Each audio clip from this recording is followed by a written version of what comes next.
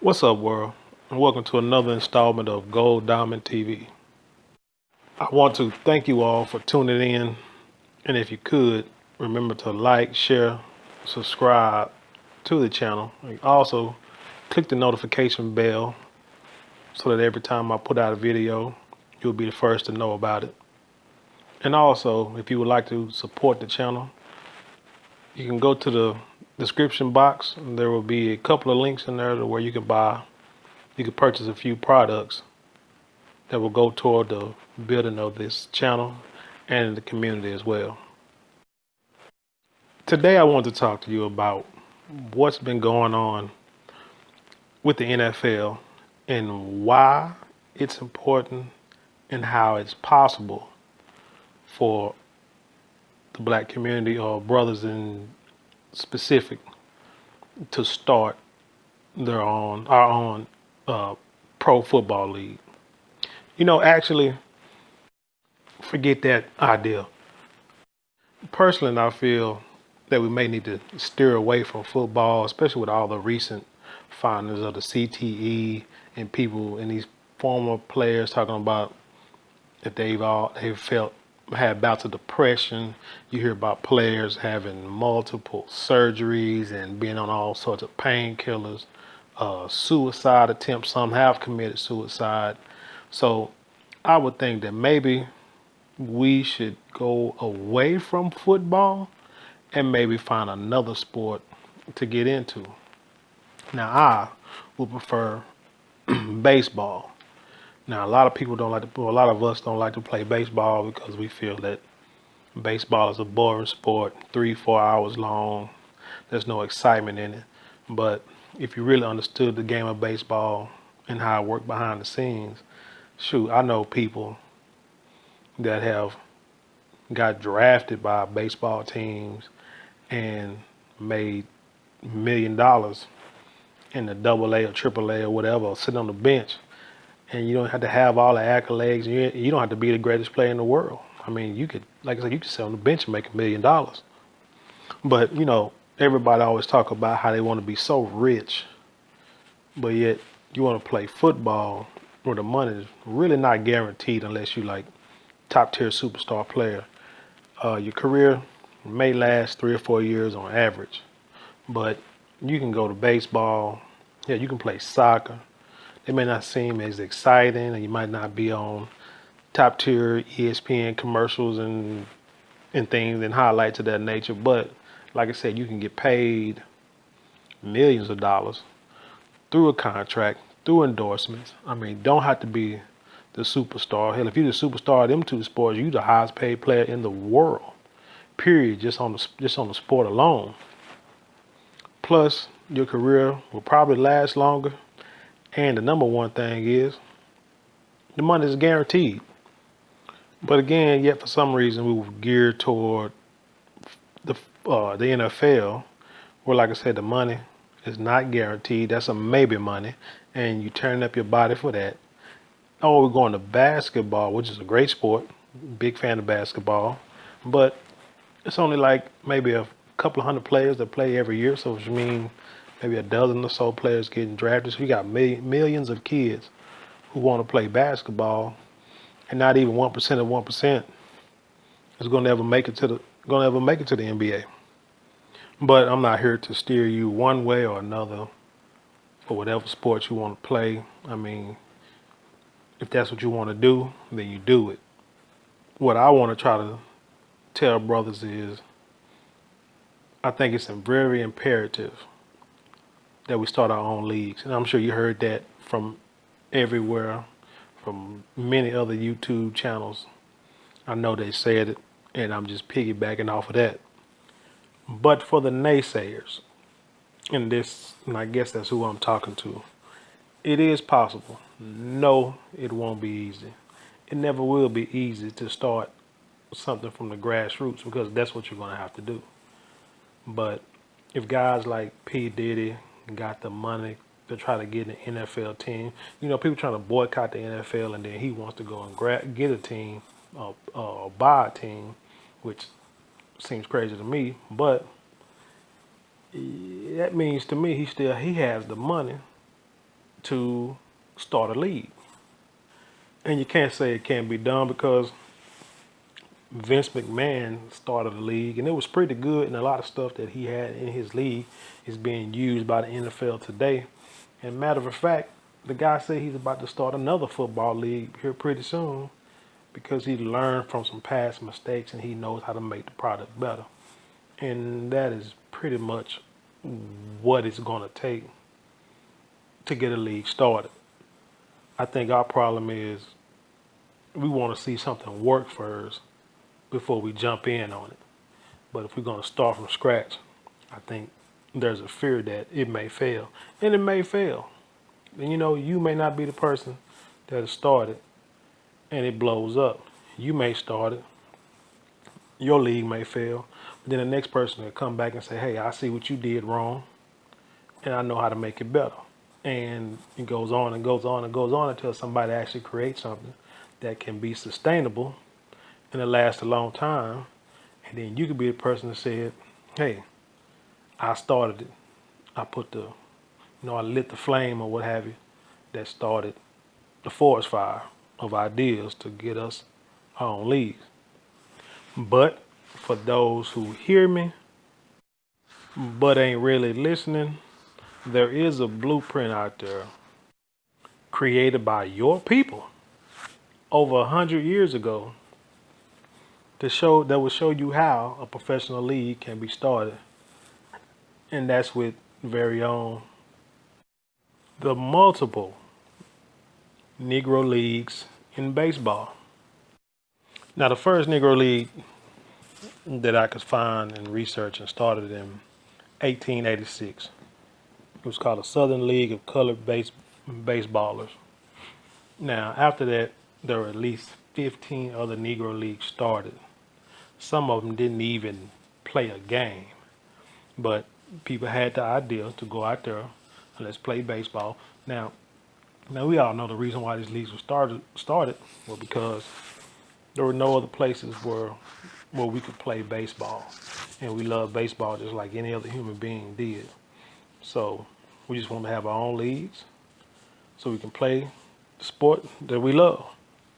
But like I said, there was at least 16 leagues that started, that were formed. Like I say, some of them didn't even play a game. Matter of fact, Jesse Owens tried to start a Negro League in 1946, but it never saw the light of day. A game was never played in that league. But I'm going to specifically talk about one league owner or one league starter in particular, who's known as the father of black baseball, and his name was Andrew Rube Foster. Now, a quick history of Mr. Foster. He was born September 17th, 1879 in Culver, Texas. They say he left school after the 8th grade to play for a semi-pro baseball team known as the Waco Yellow Jackets. This was an independent African-American baseball team, and he played for them as a pitcher. Now, can you imagine leaving the 8th grade to go play with grown men as a pitcher?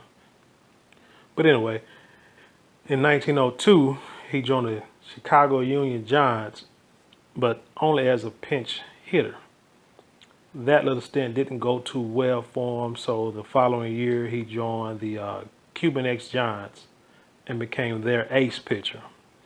And with him on the mound, they won the Black Baseball Championship of that year. Now, in 1907, he became the pitcher and the manager of a team called the Leland Giants, and he led them to the Chicago City League title with 110 wins that season.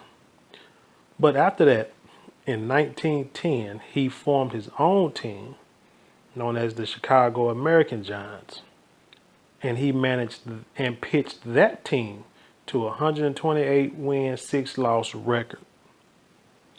And in 1917, he hung up his glove as a pitcher to focus on running his team.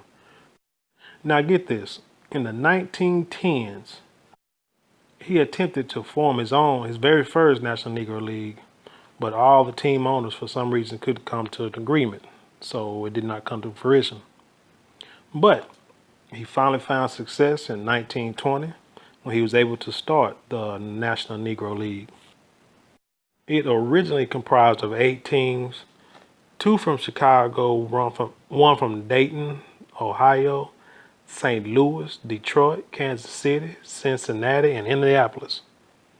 Now, as with most businesses, you have failures and you have successes. And he had some teams that weren't very profitable, but he would help pay teams their payroll by paying it out of his own pockets for some teams. But he also had some profitable teams, like his very own team. Matter of fact, it was said that these teams were more profitable than some of the white teams that were out there. Now, fortunately, Mr. Foster died in 1930, and without his leadership ability and skills, his league disbanded in 1931. But even after that, there were other Negro leagues that were formed that also came and went. But maybe the most successful was the Negro American League, and that started in 1937 and was disbanded in 1962. And this was around about the time when Major League Baseball started drafting more Negro players because they saw the profitability in the Negro baseball leagues and saw that a lot of those teams are making a lot more money than their own teams. But that's because people want to see excitement when they go to a sporting event. I mean, you can have basketball where people have fundamental passing and shooting and dribbling and all that kind of stuff, but people want to see dunks. They want to see shake and bake. They want to see 3-pointers. They want to see the exciting stuff. And you'll get that from our culture. I mean, when we have fun, we really like to have fun. I mean, think about it. Think about back in those days. You got the sons of slaves, sons of sharecroppers, you know, Jim Crow era, the end of slavery, whatever it may be, racism at its highest, and you're working all week, working hard for the man, sun up to sundown, no breaks, getting work like a dog. So when you got some playtime where you can get out there and actually enjoy yourself playing a sport or whatever the case, dancing or whatever the case may be, you're actually going from one extreme to another. So there can be a proper balance. So people want to talk about how we may dance too much or party too hard, take playing too seriously. And there is a time and place for everything. But like I said, you have to remember where we as a people came from. So although we play hard, we always got to remember and keep that hard work ethic also. But back to my point, yes, creating a league is possible. Yes, creating a league will be hard. And so no, it will not be easy. Like I say, it's going to have to be a grassroots effort. As a matter of fact, I have a grassroots project that I'm trying to work on right now that I'm not going to go into many details until it actually starts to get off the ground, catch a little wind behind it in the sail, if you will. But I'm hoping in the next couple of years or something that it'll actually go from being a dream to a reality. But enough of that. Also, if someone does start a league, I definitely will support it, no matter what sport it is. I try to support a lot of black-owned businesses, a lot of black-owned ideas, no matter what it is. I mean, as long as it's not hurting the community. But hey, that's all I have for today. But I would encourage you to look up, research Andrew Rube Foster.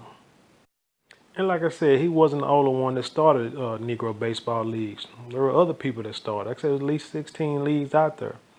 Do your research. There are a lot of black people in the past who started businesses from nothing.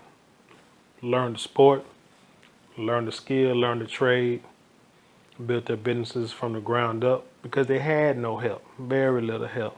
All they had was a dream and the support of their community, which is the big thing. Matter of fact, it's the main thing. And back then, they didn't have cell phones or the internet. Probably barely had libraries that they could go in and had up-to-date information. These guys had to go out there and grind hard to fulfill their dreams. And the same blueprint they had back then is the same blueprint you have to have now. Well, once again, I want to thank you all for listening. Don't forget, like, subscribe, share, click the notification button, and also look at the links in the description box.